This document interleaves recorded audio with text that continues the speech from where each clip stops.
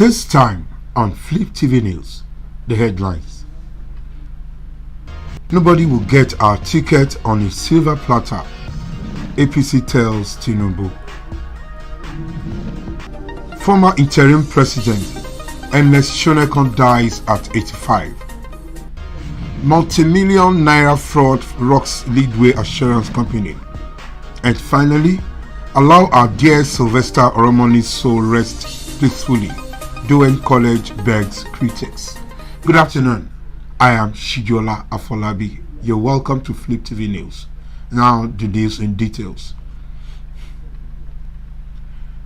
The All Progressives Congress APC has said its 2023 presidential ticket will not be given to any aspirant on a silver platter.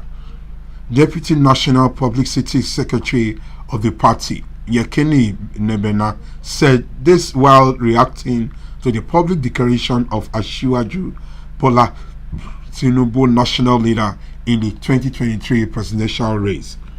The All Progressives Congress said in its 2023 presidential ticket will not be given to any aspirant on a silver platter.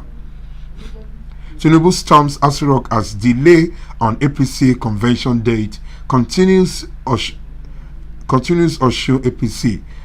After meeting with President Muhammadu Buhari at the Aso Rock Presidential Villa Abuja on Monday, Tinubu said he had informed the president of his 2023 presidential ambition. His visit to the State House came 4 days after former President Goodluck Ebele Jonathan met with the president. There have been reports that Jonathan is being wooed to the APC to contest the 2023 presidency. With his disclosure to contest the presidency, Tinubu is likely to clash with his political godson, Vice President Yemi Osinbajo, who is also believed to be interested in the presidential race.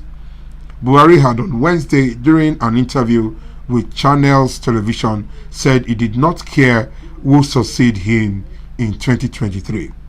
Reacting to the declaration of Tinubu, Nebena said the APC will not give any of its members presidential ticket on a platter of gold. There are procedures to be taken, said Tinubu. Should continue, the APC is not come and take party. He should consult even those contesting with him. So consultations should be continued, and whoever emerges at the primaries be the party's presidential candidate for 2023, he said. Responding to a question from the State House reporters, Tinubu said he had formally informed Buhari about its ambition to contest presidential election. And I have not set a perimeter of limitation to the extent of how many people will I consult. You'll soon hear all you want to hear. Is the categorically declaration, or rather you've gotten what the truth is from, and that informed Mr. President of my ambition, and you don't expect more answers than that.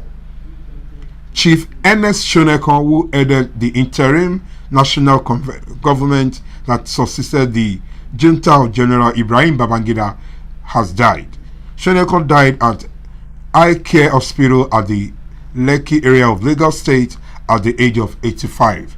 He was the interim head of the Nigerian government between the August 26 and November 17, 1993, before he was ousted in a coup led by late General Sani Abacha. An Abuja-based man, Jolayemi Waliola, has accused an insurance firm, Leadway Assurance Company, led of fraud. The company is led Tunde Hassan Olukale. He described the attitude and disposition of the company to his insurance claim as appalling, disappointing, annoying, and frustrating. In documents obtained by Sahara Reports, Jolayemi said that Leadway Assurance Company came up with different excuses and outright lies to avoid the fulfillment of their obligations towards him. The statement reads in part, I entered into a vehicle insurance contract with Leadway covering my Mercedes-Benz E300 2017 model. The insured car was involved in an accident with a trailer on Kobwa Express in Abuja on 23/7/2021. I presented the claim to Leadway after relevant documents like the police reports were issued. The Leadway assurance has maliciously refused to reinstate me to the position I was in prior to the accident. Leadway has been coming up with excuses, including outright lies to refuse the fulfillment of the obligation towards me.